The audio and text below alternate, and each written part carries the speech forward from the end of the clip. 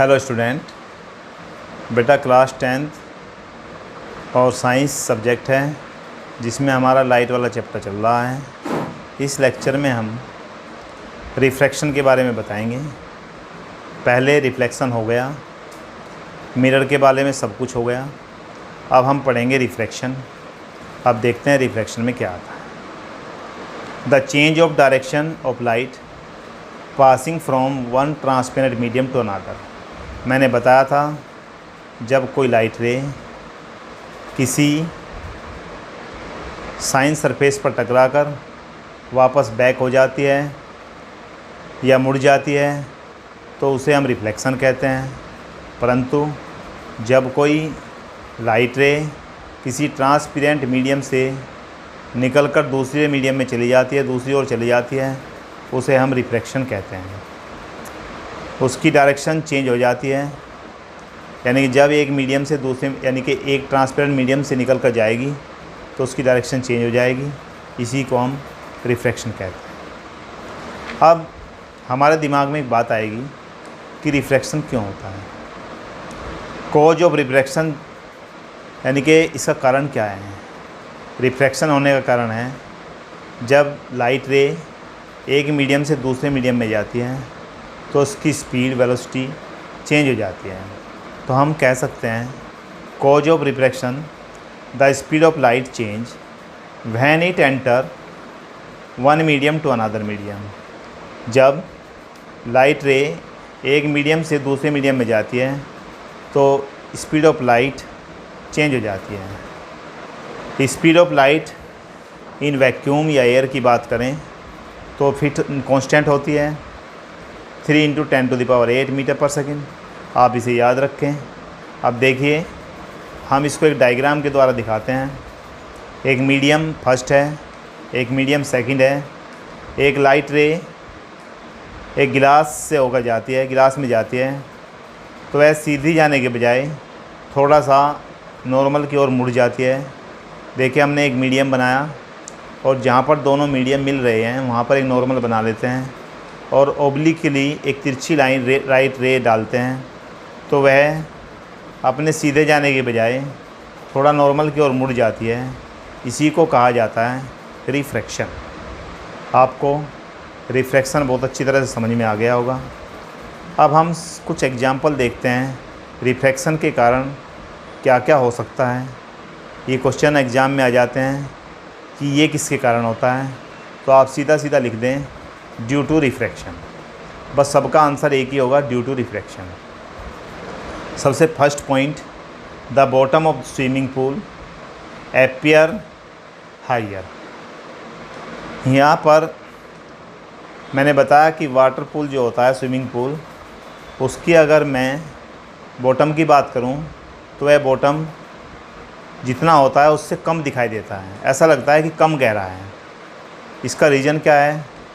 इसका रीज़न है due to refraction. जैसे कि यहाँ पर लाइट एयर से, भाई लाइट तो ऊपर से हम देख रहे हैं तो लाइट कहाँ से गई? एयर से।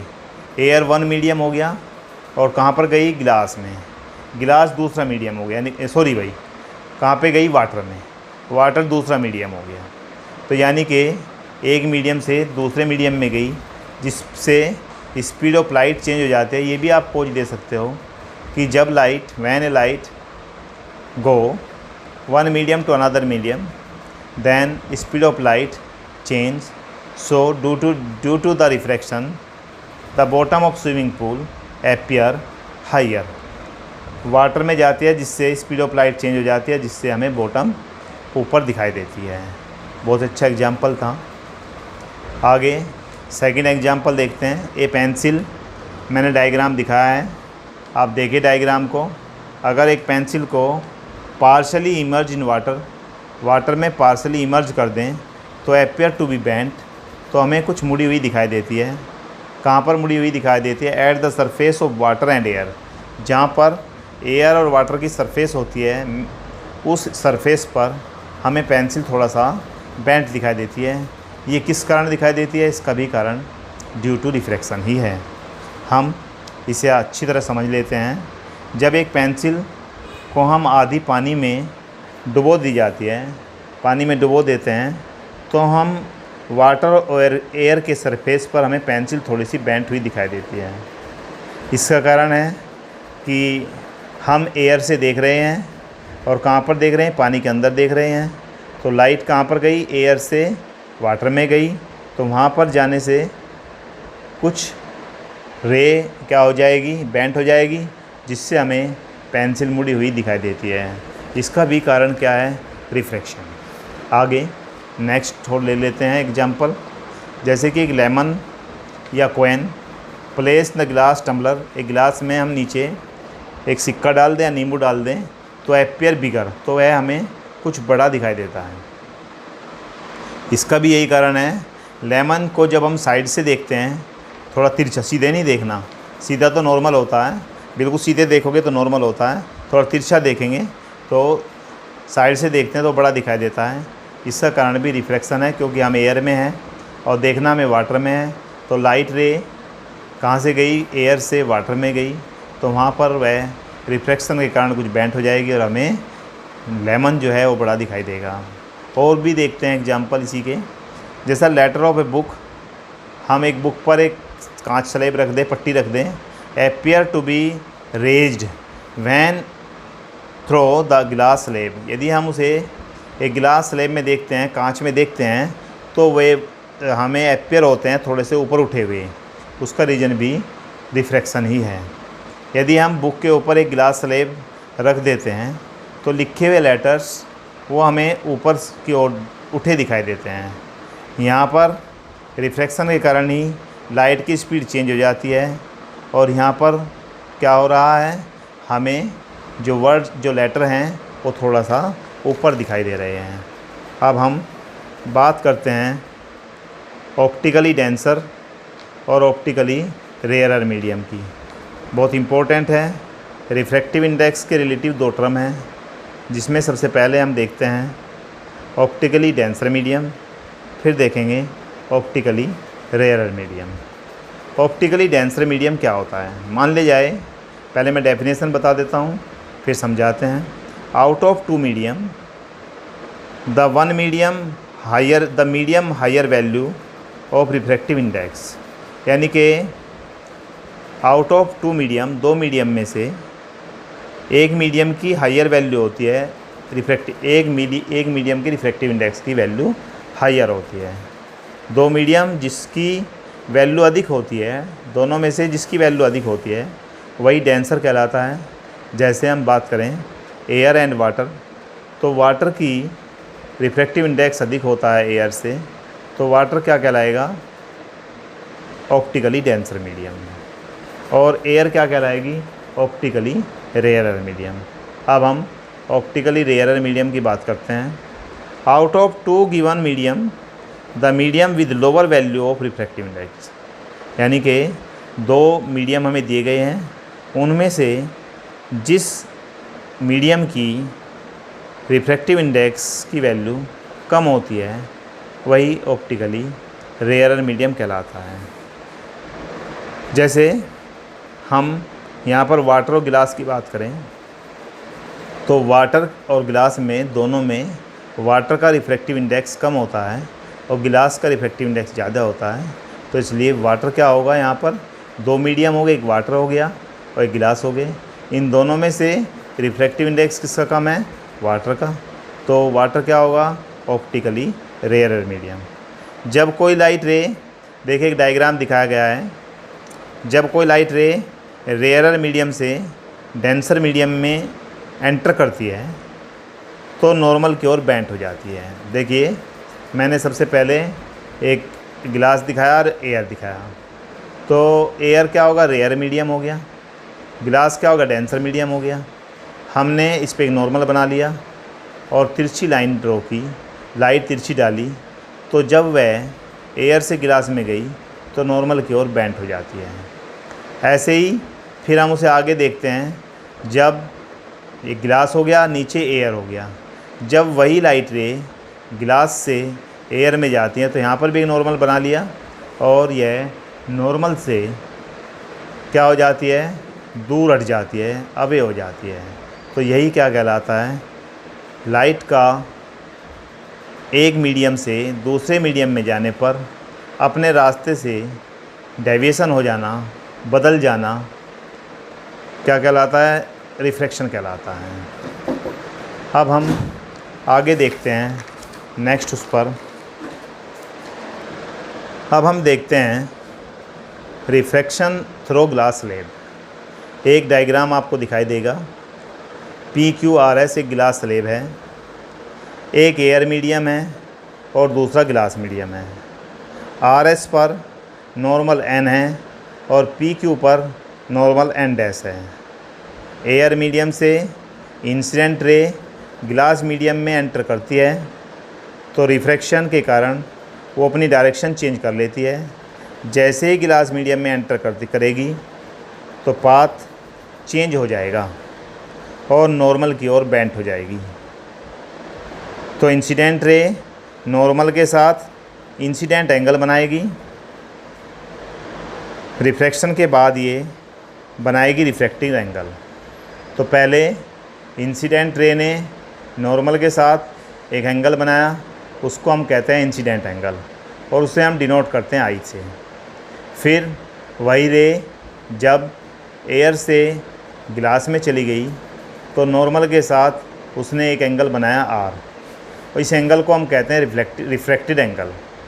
अब यहाँ पर हम देखते हैं जब रे रेयरर मीडियम से डेंसर मीडियम में जाती है उस समय एंगल I स्मॉल होता है। एंगल R से जब नॉर्मल से ये angle I greater than angle R होता है। भाई आपको दिख रहा होगा, हमने दिखाया हुआ है उसमें एंगल I भी और एंगल R भी। एंगल I बड़ा होगा, किससे बड़ा होगा, एंगल R से। अब उस रे को हम और आगे बढ़ाते हैं, गिलास से एयर में जाएगी तो फिर बेंट हो जाती है और अब बेंट होगी नॉर्मल से दूर। अब यहाँ पर भी जो गिलास में रे चल रही थी उसे हम कहेंगे इंसिडेंट रे। तो इंसिडेंट रे ने जब नॉर्मल N डैश के साथ एंगल बनाया तो उस एंगल को हमने कहा I, और जब वह गिलास से निकलकर फिर एयर में आ गई फिर वह नॉर्मल से यानी कि डेंसर से किधर आई, रेयरर में आई। जब डेंसर से रेयरर में आएगी तो वह किसकी तरफ दूर हो जाएगी, किससे दूर हो जाएगी, नॉर्मल से दूर हो जाएगी। तो फाइनल रिफ्रैक्शन अब यहाँ पर एंगल नॉर्मल से दूर नहीं होगी, आप देख रहे होंगे, और नॉर्मल की ओर हो जाएगी। अब यहाँ पर दूर ही होगी, क्या होगी, नॉर्मल से दूर होगी। यहाँ पर एंगल I लेस देन होगा एंगल R। फिर एक बार मैं समझा देता हूँ। एक हमारे पास ग्लास स्लैब है, ग्लास स्लैब में हमने ऊपर वाले पार्ट पर जो PQRS लिया, PQRS में हमने जो RS है, RS पर एक नॉर्मल बनाया N। वहाँ से हमने एक लाइट रे डाली और उसको लाइट रे को कहा इंसिडेंट रे। जब वह एयर से गिलास में एंटर करेगी तो एयर से गिलास में एंटर करने पर उसने नॉर्मल की ओर बेंट हो गई और एंगल बनाया R। अब यहाँ पर हम देख रहे हैं कि एंगल I जो है वो R से बड़ा है। फिर ऐसे ही वो गिलास से एयर में जाएगी, फिर N डैश नॉर्मल है, अब की बार वो नॉर्मल से दूर हट जाएगी। तो पहली बार I जो है R से बड़ा था, अब I R से छोटा हो गया। अगर हम पहले वाले इंसिडेंट रे को आगे बढ़ा दें तो आगे बढ़ाने पर सीधी लाइन को आगे बढ़ा दी है, डॉटेड देखिए इमेजनरी, और हमने जो लाइन जो रे हमारी ग्लास से निकलकर एयर में गई उसको देखा। दोनों के बीच में एक डिस्टेंस आ गई, डिस्प्लेसमेंट आ गया x, और दोनों रे एक दूसरे के पैरेलल होती हैं। यानी कि अब बाद में दोनों रे के बीच में डिस्प्लेसमेंट हो जाएगा, उसे कहा जाता है, जो डिस्प्लेसमेंट हो गया उसे कहा जाता है लेटरल डिस्प्लेसमेंट।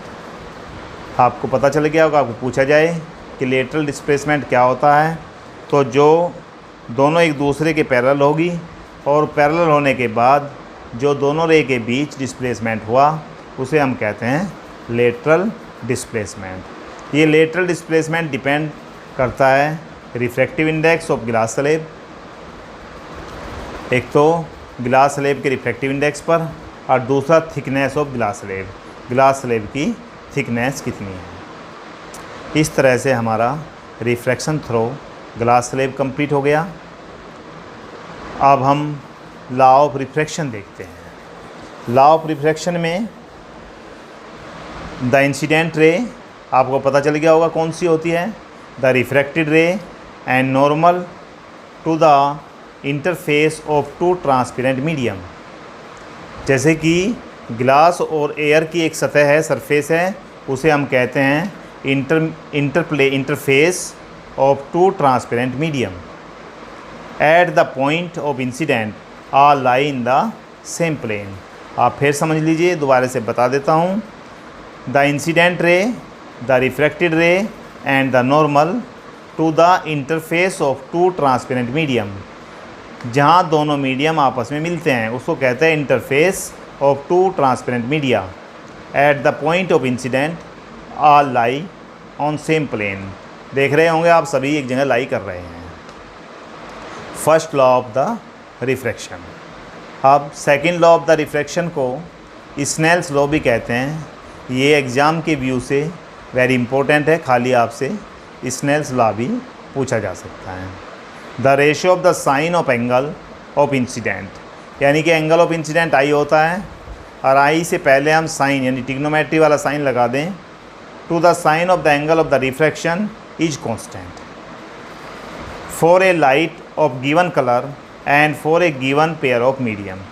हमें यहाँ पर एक फिगर भी बनाई है जिसमें दिखाया गया है नॉर्मल और एक मीडियम 1 और मीडियम 2 और इन दोनों का इंटरफेस में आपको एंगल आई दिखाई दे रहा है, एंगल आर भी दिखाई दे रहा है। एंगल आई इंसिडेंट रे और नॉर्मल के साथ बना और एंगल आर रिफ्रैक्टेड रे और नॉर्मल के साथ बना। अब हमने स्नेल्स लॉ में बताया the ratio of the i of sine i upon sine r is equal to constant. यही हमारे लॉ ऑफ रिफ्रैक्शन थे। आप ध्यान से समझ लें, वेरी इंपॉर्टेंट है एग्जाम ऑफ व्यू से। अब देखते हैं रिफ्रैक्टिव इंडेक्स क्या होता है। रिफ्रैक्टिव इंडेक्स वेरी इंपॉर्टेंट है। The ratio of the speed of light in given pair of medium. यहाँ पर देखिए हर जगह पेयर ऑफ मीडियम आया हुआ है, एक रेयरर मीडियम लिया हमने, एक डेंसर मीडियम लिया। तो यहाँ पर क्या है, रेशियो ऑफ द स्पीड या ratio of the velocity of the light in A given pair of medium, यानी कि रिफ्रैक्टिव इंडेक्स को हम n से डिनोट करते हैं। n इक्वल टू हम कह सकते हैं velocity of light in medium 1 upon velocity of light in medium 2, यानी कि v1 का मतलब velocity of light in medium first upon velocity of light in medium second. अब यदि n21 लिखा जाए, n21 को हम कहते हैं refractive index of medium 2 with respect to 1। क्या पढ़ेंगे, refractive index of medium 2 with respect to 1 is equal to v1 upon v2। अब ऐसे ही अगर n12 लिखा जाए, n12 को हम v2 अपॉन v1 करते हैं। इसमें गलत लिखा हुआ है, आप थोड़ा सही कर लेना। यहाँ पर n21 ही लिखा हुआ है, उसे लिख लेना n12। n12 होता है v2 अपॉन v1, यानी कि refractive index of medium 1 with respect to 2। तो यहाँ पर हो जाएगा v2 अपॉन v1। अब हम देखते हैं यहाँ से हमें एब्सोल्यूट रिफ्रैक्टिव इंडेक्स देखते हैं। एब्सोल्यूट रिफ्रैक्टिव अब हम देखते हैं absolute refractive index of a medium with respect to vacuum और एयर, यानी कि यहाँ पर एक मीडियम चाहे कुछ भी हो, दूसरा मीडियम हमेशा एयर ही होगा। यानी कि जब एक मीडियम को एयर के साथ कंपेयर किया जाए तब वह कहलाता है एब्सोल्यूट रिफ्रैक्टिव इंडेक्स। आइडेंटिटी की फॉर्म में हम इसको लिख सकते हैं n equal to c upon v, और c क्या होता है, c होता है 3 इंटू 10 टू द पावर 8, यानी कि speed of light in vacuum is equal to 3 into 10 to the power 8 metre पर सेकेंड। और v क्या है, v अदर मीडियम में लाइट की स्पीड है। तो यहाँ पर हमने एब्सोल्यूट रिफ्रैक्टिव इंडेक्स देख लिया, ये भी एग्ज़ाम में आ जाता है। एक बात नोट कर लें, refractive index of diamond is the highest 2.42, यानी कि सबसे ज़्यादा रिफ्रैक्टिव इंडेक्स किसका होता है? डायमंड का। इस लेक्चर में हम यहीं तक कराएंगे, आप इसे ध्यान से समझें। एक बार समझ नहीं रहा दोबारा से पढ़ें, दोबारा से देखें और अपनी कॉपी पर नोट्स ज़रूर लिख लें। Thank you.